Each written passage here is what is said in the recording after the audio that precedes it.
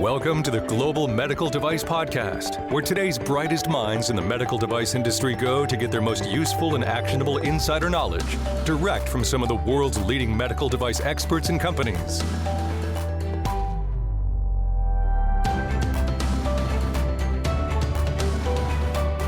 This is John Spear, founder and resident guru at Greenlight.Guru. Hey, I'm glad you tuned in today. We have a real exciting episode of the Global Medical Device Podcast. You're going to hear from Ronny Bracken. Ronny he's one of those guys that's seen a lot of things, and he's been through both sides of the equation in the medical device industry as a startup. But before that, he worked for a large company that was involved in a lot of mergers and acquisitions. I had a chance to talk with him a while back, and one of the interesting things that Ronny said, and I quote, $20 million might not seem like a lot of money to you, but if you get a $20 million haircut on your valuation because your design controls and quality system aren't up to speed, I guarantee you that's gonna hurt. Yeah, Ronny said that. And you're going to hear a lot more about his points of view on things like design control, risk management, and regulations in this episode of the Global Medical Device Podcast. Hello, it's John Spear with Greenlight.Guru, and welcome to the Global Medical Device Podcast. Today, I'm super excited to have with us Ronny Bracken. Ronny is a superstar these days in the medical device startup world, and I'll introduce Ronny and let him tell a little bit about what he's up to and all the exciting opportunities. So, Ronny, welcome to our program, and if you would, just give us a little bit about who you are and what you've done and some of the exciting things that you're working on. Sure. Thanks, John. Good morning. My background, I have 26 years in medical device product development. I spent 18 years at Bard, 8 years of those in executive capacity, head of R&D, as well as the Vice President of Strategic Initiatives for the last few years that I was there. So nowadays what I'm doing is actually, running startups. I'm working with a tissue engineering startup, Nanofiber Solutions, as well as, running as the President and Chief Operating Officer of a company called Innate Medical, which is antimicrobial technology, a novel new compound that we're going to use to coat medical devices. So that's a little bit about my background and what I'm doing nowadays. Very cool. I had a chance to meet with you and the team, actually both teams at Innate Medical and at Nanofiber Solutions, and you've found some really interesting technology and as well as pretty exciting group of people to help bring those products to market. So congratulations, at least on the beginnings of those two companies. Thank you. All right. So Ronny, you and I have spoke a few times, and I'll have to confess, every time that you and I speak, it makes my day. You and I were speaking a few minutes ago, and I was telling you about all the red lights I hit this morning. But you're gonna help clear up all those red lights, and we're gonna find some green lights today, if that's all right with you. Sounds good. All right. Well, one of the things that you've got good stories, and that's one of the things I've picked up every time that we've talked. And I want you to think a little bit. This one may be super easy for you, or it may take a moment. But what is the single biggest mistake that you have seen a medical device startup make? I mean, of course, protect the innocent, but share the story. Sure. I think there's really two. And okay. The first one is that a lot of the startups fall in love with their technology and have a tendency to be clouded as to what they really need to do to develop a real product. They still become so technology focused that they're not really thinking about the end product itself. And the end product is more than just, can I make a scaffold, or can I make any device for that matter? It's, that a delivery mechanism, packaging, etc., labeling, the whole 9 yards. So, small companies have a tendency to fall in love with the technology and want to hold on to the technology versus transitioning to new products or product development. And with that being said, I think the second biggest mistake is that small companies don't really have the discipline.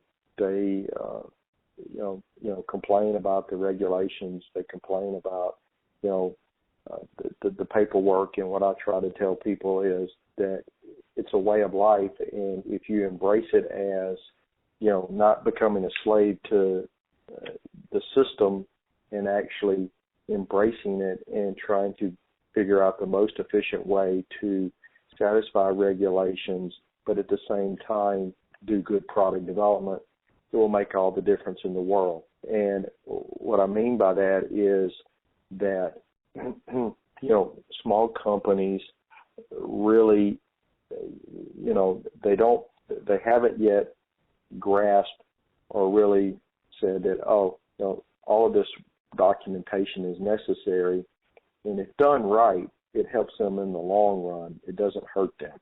Right. And I think those are one of the, a couple of the big things that I see is trying to make the transition from their technology to a product, but at the same time, how do I do that and use, all of these tools that are out there to their advantage, not to their disadvantage.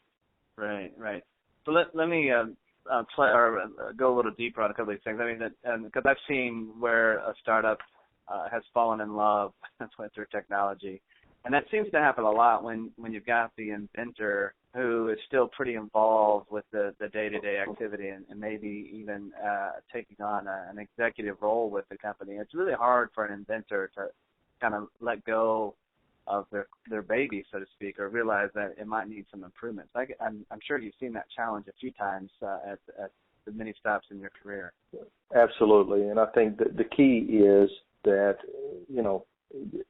whether it's a startup, whether it's a large company, I think, the word "the team" matters. And, if you're partnering with the company and you're going to go in and help build a startup and the inventor is there, well, making sure that the team works is still important. And, if you ignore that fact and try to go in and, in essence, look to rebuild a team or, not help teach, it's going to fail from the beginning. So my philosophy is, not to tell people what they're doing wrong, but to tell people how we can get better.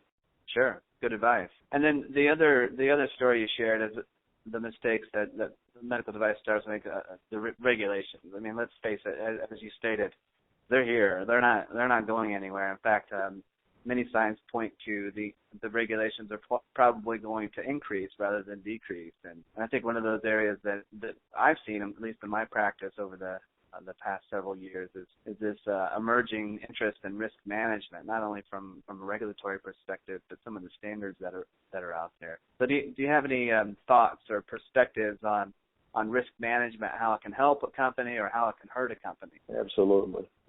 I can remember, I've been in this business so long, I can remember when risk management, everyone just thought it was a check-the-box activity. Yeah.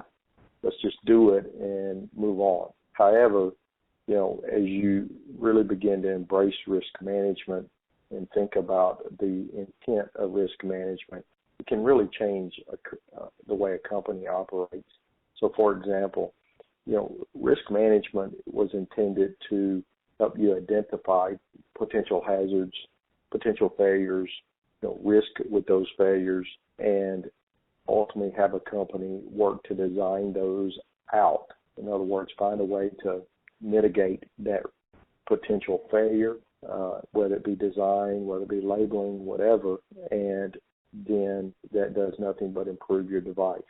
Right. And what I've seen is a lot of people still want to treat it as a check the box. Oh, yeah. And, that is not going to really benefit a company in the long run. It is a very good tool when used correctly to help a company have a better product. Right. Yeah, I can remember very early in my career as a young kid, just starting out in the med device industry as a product development engineer. That checkbox activity, I remember that very well. I got to a certain point in a project, and I was like, oh, crap, I got to do my FMEA or my risk management or whatever, and I would go spend an afternoon documenting that, and I would be able to check the little box on my form and say, yep, I've got it. But it really didn't add any value at that point. I didn't really understand that. And I think today, it's as you stated, it's very important that companies realize that risk management is something that's here to stay, and it's something that can be a huge benefit if the company would actually embrace the methodology behind some of the risk management standards and the criteria that's expected. So, I know in a prior life you used to be involved in a lot of mergers and acquisitions, and you would come in and evaluate companies and determine whether or not they should be part of an acquisition target for your employer at that time. I'm sure you got some stories, good or bad, that you can share, maybe some cases where people actually embraced the concept of risk management, and probably a few others where they didn't embrace the concept of risk management. Anything that you can share on that topic? Well, what I'd say is that I've seen companies that have really embraced the regulations in their entirety, not just risk management, but regulations in their entirety, and have tried to do a good job of building solid design history files with risk management included, etc. And I've seen some that haven't done so well at that. And typically what happens is, small companies tend to forget that if you're going to be acquired by a large company, whether it be a Bard, whether it be a Medtronic, whether it be a J&J, it really doesn't matter.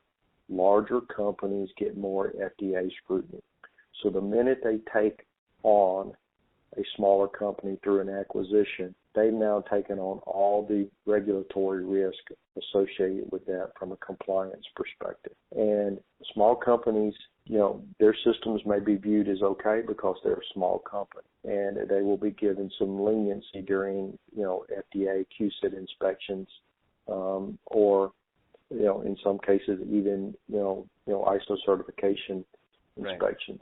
Right. So, I would say that small companies need to realize that, this process of designing products, using design controls, using the design realization standards through ISO, risk management, etc., are ultra important because they can ultimately affect the value of the company. Right. Because if a large company has to go in and mitigate risk, i.e., put additional quality professionals in place, additional R&D professionals in place to rebuild a robust design history file, I don't think they're not going to, reduce their valuation in the company because it's money they're having to spend to mitigate those risks. Yeah. I've it's funny as over the past several months we've been talking to a lot of startups, and it's a common thing that we hear from time to time that the point you raised earlier about the startup falling in love with their technology, that happens quite a bit. And then the other thing that we hear from time to time is the startup says, "Oh, I don't have to worry about that risk management or that design control or that quality system stuff because I'm going to develop my technology and focus on that, and I'm going to be acquired by one of the big boys in the industry." And I'm just like, man, you need to talk to Ronny, because Ronny was on that side of the table where he was putting offers to startups like yours, and when you didn't have the design controls and the risk management that were necessary, he would basically say, all right, you want this, we're going to reduce that offer significantly because you've just increased our risk profile for your technology. Absolutely. I think you can look around and you can look at large companies and you can look at things that they've acquired, and you even look at recalls, you look at a host of different things, and a lot of times you will find that they were, from a product line or technology that they acquired. Yeah.